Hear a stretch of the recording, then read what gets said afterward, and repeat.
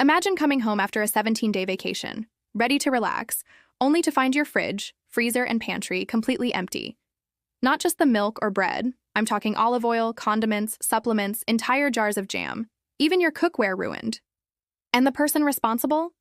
A so-called friend who you trusted to stay in your home. If you've ever been burned by someone you tried to help, you're going to feel this story deep in your bones. Hit that subscribe button, drop a like, and share your own freeloader story in the comments. Because today, Revenge Tale proves that generosity without boundaries can turn into a total nightmare. Let's dive in. It all started earlier this year. My husband and I live abroad, far from family, and we try to keep a close circle of decent friends. So when a mutual acquaintance, let us call him K, reached out in a panic saying he'd been scammed on an apartment rental and had nowhere to stay, we felt bad for him. At first, we offered just a weekend, a soft landing, nothing more. But Kay was polite, helpful around the house, and seemed grateful. That politeness, it worked on us. So, against our better judgment, we extended his stay to the full 20 days he'd asked for. And that's when the red flags started piling up. First, groceries. He never bought any, not once.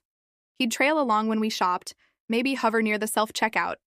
But then, surprise, he'd forget his wallet or suddenly claim he could only use Apple Pay, which isn't even accepted at our local supermarket.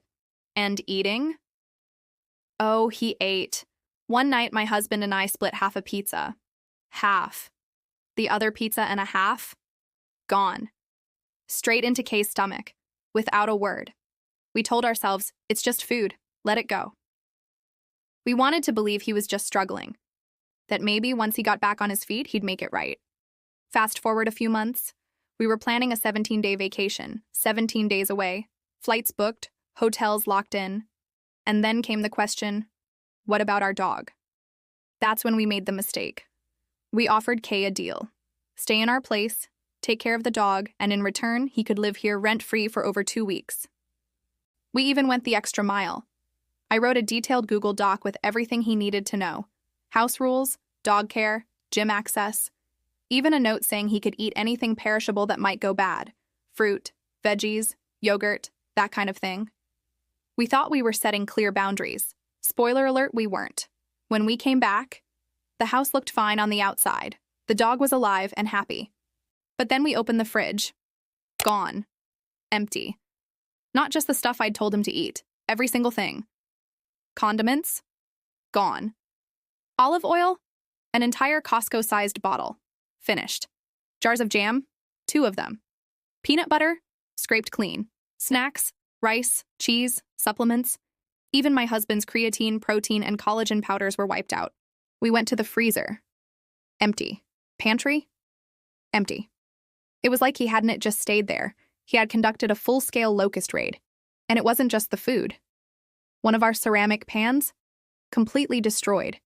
The kind of destruction you don't even know how to cause unless you were careless or just don't give a damn.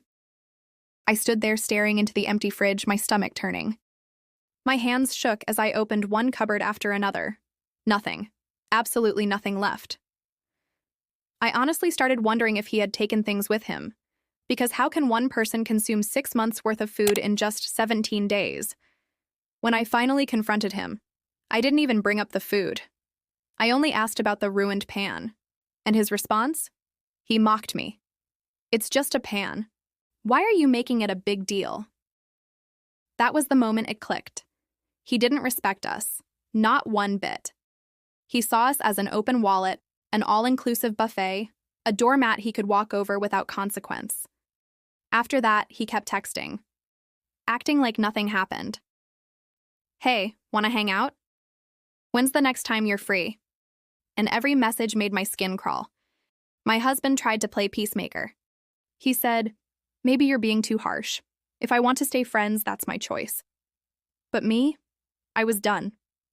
I told my husband flat out, this man is never setting foot in our home again. It wasn't about the food. It wasn't even about the pan. It was about the disrespect. About how we'd opened our home twice, trusted him twice, and both times he proved he was nothing more than a user. And you know what the sweetest part of this revenge is? Cutting him off completely. No screaming match, no big dramatic confrontation. just cold, hard exile. He doesn't get our food, our home, or our trust ever again. Because sometimes the most satisfying revenge isn't dramatic. It's denying someone the chance to take from you a third time. To this day, Kay still texts, still pretends like nothing happened. But his messages go unanswered. He doesn't know it yet, but he's been cut out of our lives for good. And every time I open my fridge now, stocked with food we enjoy, I feel that quiet satisfaction, that reminder that he may have eaten us out of house and home once, but he'll never get the chance again. This experience taught me something important.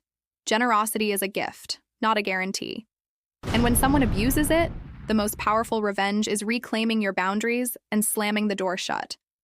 What do you think, that was cutting him off enough? Or should we have confronted him harder? Drop your thoughts in the comments.